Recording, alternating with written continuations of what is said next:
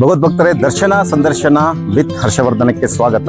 ನಾವು ಇಂದು ದರ್ಶನ ಮಾಡಲು ಬಂದಿರತಕ್ಕಂಥದ್ದು ಬಂದು ನಿಮ್ಮೆಲ್ಲರಿಗೂ ಚಿರಪರಿಚಿತವಾಗಿರ್ತಕ್ಕಂಥ ಬಹಳ ಅದ್ಭುತವಾದ ಒಂದು ಮಂದಿರ. ಅದು ಯಾವುದಪ್ಪ ಅಂತಂದ್ರೆ ಎಲ್ಲೋರದ ಕೈಲಾಸ ಮಂದಿರ. ಒಟ್ಟು ಎಲ್ಲೋರದಲ್ಲಿ 34 ಗುಹೆಗಳಿತ್ತು. ಈ 34 ಗುಹೆಗಳಲ್ಲಿ ಪ್ರಮುಖವಾದದ್ದೇನಪ್ಪ ಅಂತಂದ್ರೆ ಇದು 16ನೇ ಗುಹೆ ಆಗಿರ್ತಕ್ಕಂಥ ಈ ಒಂದು ಕೈಲಾಸ ಮಂದಿರ.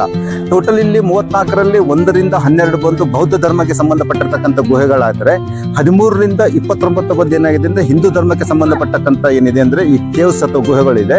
ನಂತರ ಏನಿದೆ ಅಂತಂದ್ರೆ 30ರಿಂದ 34 ಗುಹೆಗಳು ಬಂದು ಜೈನ ಧರ್ಮಕ್ಕೆ ಸಂಬಂಧಪಟ್ಟಕ್ಕಂಥ ಗುಹೆಗಳಿದೆ. ವಿಶೇಷವಾಗಿ ಈ 16ನೇ ಗುಹೆ ಏನಿದೆಲ್ಲ ಅಥವಾ ಮಂದಿರ ಏನಂತೆಲ್ಲ ಕೈಲಾಸ ಮಂದಿರ ಬಹಳ ವಿಶೇಷವಾಗಿರ್ತಕ್ಕಂಥದ್ದು. ಅಂದ್ರೆ ಇಡೀ ಪ್ರಪಂಚದಲ್ಲಿಯೇ ಏಕೈಕ ಒಂದು ದೇವಸ್ಥಾನ ಇದು. ಯಾಕೆ ಈ ಒಂದು ದೇವಸ್ಥಾನದ ವಿಶೇಷತೆ ಇದೆ ಅಂತಂದ್ರೆ, ನೀವು ಇಲ್ಲಿ ಪರ್ವತ ನೋಡಬಹುದು, ಇವೆಲ್ಲ ಪರ್ವತಗಳು ಕಾಣ್ತಾ ಇದೆಯಲ್ಲ. ಈ ಪರ್ವತದಲ್ಲಿ ಅಂದ್ರೆ ಒಂದೇ ಕಲ್ಲಿನಲ್ಲಿ ಸಂಪೂರ್ಣವಾಗಿ ನಿರ್ಮಾಣ ಮಾಡಿರ್ತಕ್ಕಂಥ ಒಂದು ದೇವಸ್ಥಾನ. ಅಂತಂದ್ರೆ ಈ ಒಂದು ದೇವಸ್ಥಾನ ಏನಾಗಿದೆ ಅಂತಂದ್ರೆ ಮೇಲಿಂದ ಕೆಳಗಡೆ ಹಾಗೂ ಹಿಂದಿನಿಂದ ಮುಂದುಗಡೆ ಏನಾಗಿದೆ ಅಂತಕ್ಕಂಥದ್ದಂದ್ರೆ ನಿರ್ಮಾಣ ಮಾಡಿರ್ತಕ್ಕಂಥ ಒಂದು ದೇವಸ್ಥಾನ. ನೋಡ್ರಿ, ಆಗಿನ ಕಾಲದಲ್ಲಿ ಯಾವುದೇ ರೀತಿಯಾದ ಯಂತ್ರೋಪಕರಣಗಳು ಇದ್ದಿಲ್ಲ.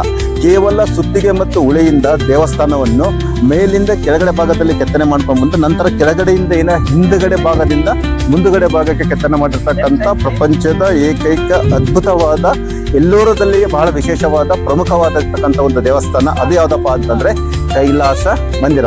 ಬನ್ನಿ ಭಕ್ತರು, ನಾವೇನ್ ಮಾಡೋಣ, ಕೈಲಾಸ ಮಂದಿರದೊಳಗಡೆ ಹೋಗಿ ನಾವೇನ್ ಮಾಡೋಣ ಸಂಪೂರ್ಣ ಮಾಹಿತಿಯನ್ನು ತೋರೋಣ. ಈ ದೇವಸ್ಥಾನದ ಒಳಗಡೆ ಹೋದಕ್ಕಿಂತ ಮುಂಚೆ ನೀವು ಇಲ್ಲಿ ನೋಡ್ಬೋದು, ಈ ನಮಗೆ ಅಂದ್ರೆ ಈ ದೇವಸ್ಥಾನದ ಮುಖದ್ವಾರದಿಂದ ಬಲಗಡೆ ಕಾಣ್ತಕ್ಕಂಥ ಏನಿದೆ ಅಂದ್ರೆ ವಿಷ್ಣುವಿನ ದಶಾವತಾರದ ಒಂದು ಮೂರ್ತಿಯ ಕೆತ್ತನೆಗಳು ಏನಾಗುತ್ತೆ ನಮ್ಗೆ ಇಲ್ಲಿ ಸಿಗುತ್ತೆ. ಅಂದ್ರೆ ಶಿಲ್ಪಕಲೆಗಳು ಏನಾಗುತ್ತೆ ನಮ್ಗೆ ಇಲ್ಲಿ ನೋಡೋಕೆ ಸಿಗುತ್ತದೆ.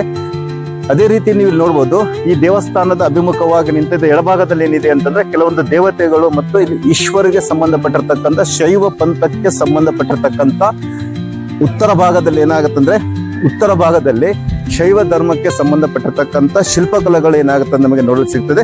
ಬನ್ನಿ ಭಕ್ತರ, ನಾವೇನ್ ಮಾಡೋಣ ಅಂತಂದ್ರೆ ಈಗ ಭವ್ಯವಾದ ಎಲ್ಲೋರದ ಕೈಲಾಸ ಮಂದಿರದ ದರ್ಶನವನ್ನು ನಾವೇನ್ ಮಾಡೋಣ ಅಂತಂದ್ರೆ ಮಾಡೋಣ. ಈ ದೇವಸ್ಥಾನದ ದರ್ಶನವನ್ನು ಮಾಡೋದಕ್ಕಿಂತ ಮುಂಚೆ ದಯವಿಟ್ಟು ಈ ಚಾನಲ್ ಅನ್ನು ಲೈಕ್ ಮಾಡಿ, ಶೇರ್ ಮಾಡಿ, ಸಬ್ಸ್ಕ್ರೈಬ್ ಮಾಡಿ, ಕಮೆಂಟ್ ಮಾಡೋದನ್ನು ಮರೆಯಬೇಡಿ. ಅದೇ ರೀತಿಯಾಗಿ ಕೆಳಗಡೆ ಕೊಟ್ಟಿರ್ತಕ್ಕಂಥ ಬೆಲ್ ಐಕನ್ ಅನ್ನು ಒತ್ತಿ ಮುಂಬರುವ ವಿಡಿಯೋಗಳ ನೋಟಿಫಿಕೇಶನ್ ಏನಾಗುತ್ತೆ ನಿಮಗೆ ಸಿಗ್ತದೆ. ಬನ್ನಿ ಭಕ್ತರು, ನಾವೇನ್ ಮಾಡೋಣ ಅಂತಂದ್ರೆ ಈಗ ಈ ಕೈಲಾಸ ಮಂದಿರದ ದರ್ಶನವನ್ನು ಮಾಡೋಣ. ಬನ್ನಿ.